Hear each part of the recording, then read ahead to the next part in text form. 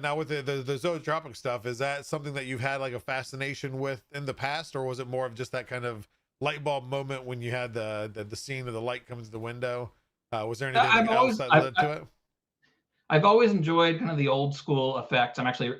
If you're on Maker World now, you'll see an old world magic contest. They reached out to me a couple weeks ago for to see if I'd want to sponsor a contest. So I'm actually giving away my Maker World points to inspire more old world magic, things like that. But like a zoetrope is exactly in that bucket of it's like it's really cool. It's like you can get animation without electronics, and we'll kind of get up to my crowdfund where actually you can get 3D animation, like stereoscopic, like almost like a VR goggle. I mean, I don't want to oversell it. It's not VR, right? But Yeah, it's a short animation and the that looks form like of it's it. floating. That looks like it's floating in space without Yep. any electronics. So using the same principles. So that's where it's kind of gotten up to. But the inspiration for that crowdfund was, for a while I've been like starting to tell some stories with my projects, like kind of a way to set it apart. There's so many models out there, right? And it's like you Yep. want more, you want something that like is interesting, there's a little bit of a story behind. So I've been trying Yep. to do that for a little while with so this is another one of my zoetrope tops. This came out in, I think, September 2025. And so a problem that I had with the earlier ones was all the blurring, like getting Trying to a get a clear defined. animation, right? Yep. I thought, like, actually, is there some way I can actually leverage this blurring to my advantage? And so that was the idea of a hidden message top. So you get lots of little dots that don't look like anything, and then there's a light inside, or you shine a light from above, there's also that version where you don't need any parts, and you spin it, it all blurs together into a message. So the first story that I was trying to tell with that was actually, I was just trying to rickroll everyone. So the first one was never going to give you up, and very few people ever saw that or caught on.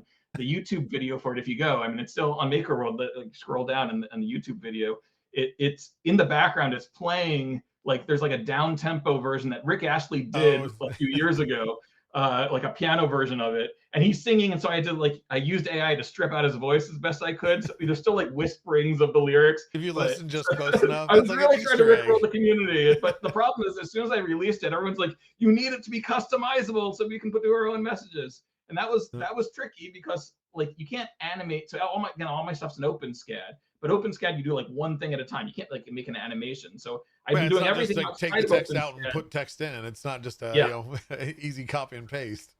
yeah. So it was tough to get it into OpenSCAD, but it actually didn't take me very long. But conceptually, because my whole process was different. But once it was in there, then I released that, and so I've had this customizable version that's been the one that's kind of gained attention, and everyone forgot about the Rickroll one. But I wanted to so once I had my next model, I'm like, okay, I'm not going to repeat this mistake. Like, I want to tell a story with it. Like, you can't have a hidden message device that you can only see by printing it and spinning it. You really can't tell what the message is. I mean, I'm sure someone could spend hours and program something that rotates it That takes the digitally, but model. most people aren't going to be able to do that. I don't think I'd be able to. Like, it's actually quite difficult. So yeah, you have to actually use it to find out what it is. And like there's an opportunity to tell a story with this. So that's what I ended up doing with this crowdfund project. And this is the approach that I've been exploring, is like, okay, can I have like, I like giving away all my models for free as like a core effect version. Like, that's how you can really generate buzz. People love free stuff. But how can I produce a version that is sustainable for me? And so that's Yep. the idea of like, okay, if I can have the story version, that's the it's like basically a freemium model. Yeah, um it's a as opposed to a free to a paid, what am I getting for paid? And with yeah, models, it's hard to do. Hey, I'm going to give you a really generic model here, and then yeah, get the actual model that I intended everybody to have for the paid. So yeah, yeah. But there a is lot of some ways you times have to think it's a hard outside the balance. box. Yeah. Yeah, it's a hard balance, because it's like, if you make your model too generic, no one wants it. So Yep. so that's where I feel like, okay, I can do fully customizable versions that are free. But if you want the story experience with like the videos and progression and satisfaction of like, I've unlocked the next chapter. So that's what I'm exploring with the crowdfund. So this is the model that it's built around. I call it a cryptatrope. It started out, again, I wasn't really thinking about like crowdfund when I started with it. Bamboo had reached out to me months ago about like, hey, you should do a crowdfund, but like I didn't want to just do it for like some random model, you know. So what's the point? But as this came together, I realized it was a good opportunity. But the biggest problem people have with the tops are, I didn't realize like there's such a variety of skill sets with spinning tops, and some people have no problem. They're like, wow, you solved physics. This thing spins for 3 minutes. It's amazing. And other people are like, I can't get this thing to spin at all. So that's why I went with this, where it's in a cradle now. It's kind of universal use. Yep. Once it was this form factor, it didn't have to be small anymore, so I could go big. That allows me to do more interesting animations and effects with it. But a problem that I had was, here, I can kind of show you, get this to light up here. So the early versions of it, all of the perspective on it was, all the pinholes are basically parallel. You can maybe see it. I just seen it come light through up for a little. second, Yeah. It's hard. Everything's backwards for me. Just right. Yeah, exactly. So I'm dealing with this backwards. Yeah. So you can kind of get the animation there, and there's some text, but I'm not set up with the lighting for it. But the problem with the earlier version, since once I went big, was you can only see a little part of it at a time. So I had to actually figure out how to direct the light to a particular viewpoint. Oh, for the focal point, yeah. Exactly. So my earlier versions didn't do that. This one does. And once that was in place, there's nothing holding me back from doing multiple focal points. And that's where now I can do full 3D animation. So I have other tubes that I'm working on, and it works. I'm just really want to get like the most eye-popping effect, where you get, you look at it and it's like, wow, this is a 3D animation that doesn't require electronics. Now this one does have LEDs, but then there's basically you can just stick a glow stick inside. Okay. This is a standard 6-inch glow stick. You get them for like 50 cents each, and they glow pretty bright. And so same idea, where you don't need any. So now when you're designing those and you get the animations, everything like that, are you limited by size or by shape on like how many, say frames per second that you can do? Like what do you have to increase to get more frames or more detail? Yeah.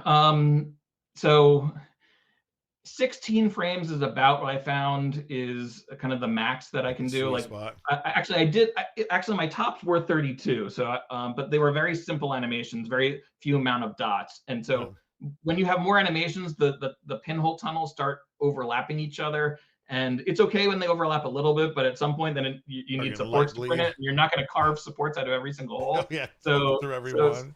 Yeah, so 16 has been kind of the sweet spot here. I can actually share my screen and show you the process for designing these animations if it's interesting. Oh, absolutely, yeah. It's definitely. Okay, so this is just to kind of ground you that each, we'll call them spheres. I have them low poly just to speed things up. So those are your two eyes. This frame represents the device, so I have it hollow so we can actually see through it right now at the object. And so this is a planet that I created out of spheres. The green ones are spheres that both eyes in this current position can see. The blue can only be seen by the right eye, the yellow only by the left eye. And it's not the full planet if I go around, because I didn't want it to be a wireframe view where you see behind the planet. So anything that's occluded to both eyes is just not shown here. So this is how it starts, and that's going to be an animation over 16 frames. So I'll just advance it. Right now it's showing one frame. It's showing frame 0. If I show frame 1, you can see it turned a little bit. I don't know how much. Can you see that? Yeah, I can see the slight movement. All right, so. Yeah, a little movement. So again, usually you don't want to design animations in OpenSCAD, right? It's maybe not the best tool for animations. So in the past, I've done things elsewhere and brought them in. But for simple animations, it's great at making 3D objects and 3D scenes, and so it's just spinning. So it's actually not too bad for this. So that's kind of how I started out. And then to make this 3D, so I'm gonna change these spheres here into rays that connect to each eye. Let's see there. So there you go. So at this point, and we see each of the rays passes through the device. If it didn't, it wouldn't work. So that's kind of one of the checks to make sure it cleanly goes through. Now, obviously, you can't tell what's going on when it's like a whole mess of rays. So the next thing I'm going to do is I'm going to let's not show the material anymore that's passing through, and let's not show the. We can also hide the eyes. Well, we'll keep those. But let's intersect with these rays with this material. So that this is now going to represent the holes that are actually carved into the device. So now we can see there's 2 planets, right? They're a little different, and usually the dot isn't 2 millimeters; it's a little smaller than that. So let's change it. So this is 1 frame of animation, and so now it getting a full animation encoded into physical geometry. I'm just gonna do it 16 times. So change it to all frames, and hopefully there we go. So it's a little slow to move around this object. If I fully render it. Yeah. I hit the render, unfortunately, and that's going to take about a minute. So we can talk about something else while it's rendering. I had it cached, but I think the cache got destroyed at some point. No, it's finished. All right, great. Now I can move around it. So you can see, so this is 16 frames of animation in geometry, and so this just gets subtracted from the tube, and that's when that tube spins. Yeah, exactly. But it's nuts. And then so also kind of basically subtracts that come out of the model. Then, like everything that we're seeing now, those are the everything you're seeing now is going to be a hole that's made in the model. Wow. So let me change what screen I'm sharing. I think I have to hit stop, and then I'm going to share my slicer. There you go. Window demo. I think this is the right one. All right. Let's see, make it a little bigger. Can you see my slicer? There we go. Yep.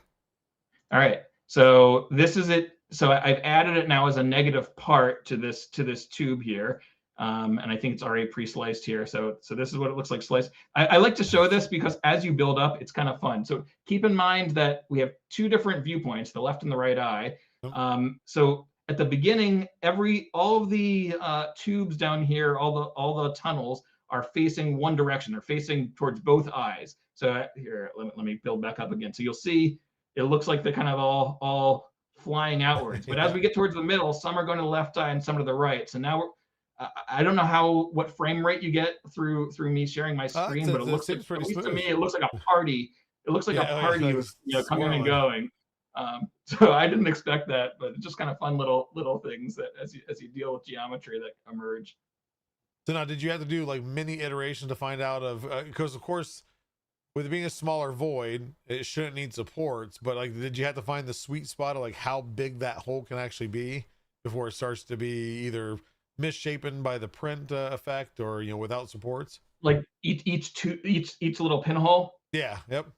Yeah, definitely. And it's a little there's some range that you can do. Like in this, they're not all the same size. It's a 3D scene, and so some of the spheres were further away in this galaxy, and so they were smaller. So it was still so I definitely had to dial to get the whole thing. But since then, I've standardized on 0.7 seems to be a good sweet spot. Now, it also depends on how thick you make the right now I have it at 8 millimeter thick walls that it's boring through. So presumably you can make those shorter, but then you would need to make the pinhole tunnels smaller as well. And I think at some point the 3D printer resolution would probably start getting in the way of any sort of precision that you wanted. What's so possible. This geometry seems to be working pretty well. No, that's awesome to see, and especially just I think that the process of doing so, rather than obviously you can't just void out holes and hope that you get something, but to use the software of how you've used it for the focal points, the viewpoints, taking all those basically, we'll say light rays and then turning them to subtractions, I think it was actually very cool to see that, because I had no idea how you were doing it, and especially like how do you know that each scene is this angle and as you turn it, but now it makes sense. And I never realized that doing it the 2 eyes, I mean that changes the whole way the illusion works, I'm sure. Yeah, I was pretty sure it would work, but when I actually saw it, I was like, oh wow, this really came together. I've never seen a 3D zoetrope that way before. So I was really excited to just release it. Usually, like as soon as I'm done my models, I'm like, how do I get this online? And I usually take a while with the photography and everything, right?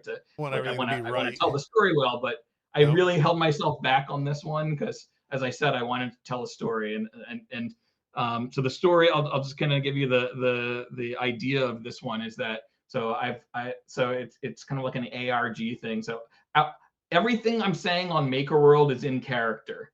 Everything out, but I'm not. If I was a big company, I would stay in character even here All the because time, yeah. people might be interested and they'd go and print it. But if I'm just talking mysteriously here, no one's gonna like, understand it. Like, what? So I have to be plain, unfortunately. So the idea, the premise is that I was working on a time displacement device, and I've transported myself back to the year 1503. I'm not able to get back to the future without some supplies, and so I need some things from the future. Now, how can I communicate my message to the future? If I just write it down, someone along the way might intercept it, and these have secrets about time travel, and so they're gonna, if they get it too early, my whole timeline's not going to exist. They're going to change my timeline, so I can't do that. So, but I have my 3D printer with me. That came back with me. Like a bunch of stuff in my lab, or my office came back with me. So I have that. So what do? I design a device that you can't read until 3D printing technology is available. And at that point, it's printed and you can decode the message. So it's this idea again that you need to print the device, you need to use the device to see the message, and so that's tied into the story. And so I'm using it as an opportunity to. That's just the premise. There will be 3 chapters of how this whole saga evolves. It's building up to that 3D piece that I was telling you about, but I'm using this idea of perspective in different ways throughout the adventure. So that's what I'm trying. Very interesting. It's different than what we see with other models and the way they're released.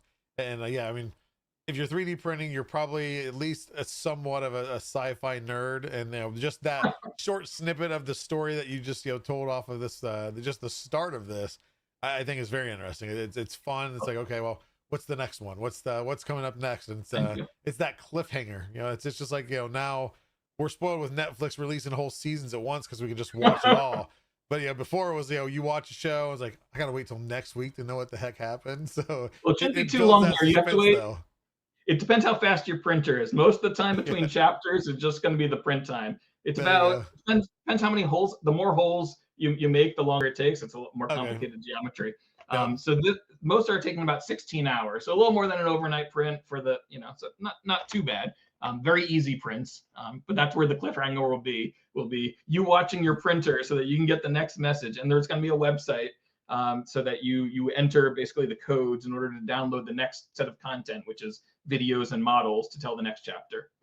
That's cool. And then that'll, like you said, just unlock another model, along with the chapter, read it, and just in the end you're living the story. So it's not just reading the story, you're kind of living it. You are fundamentally part of the story, helping me return.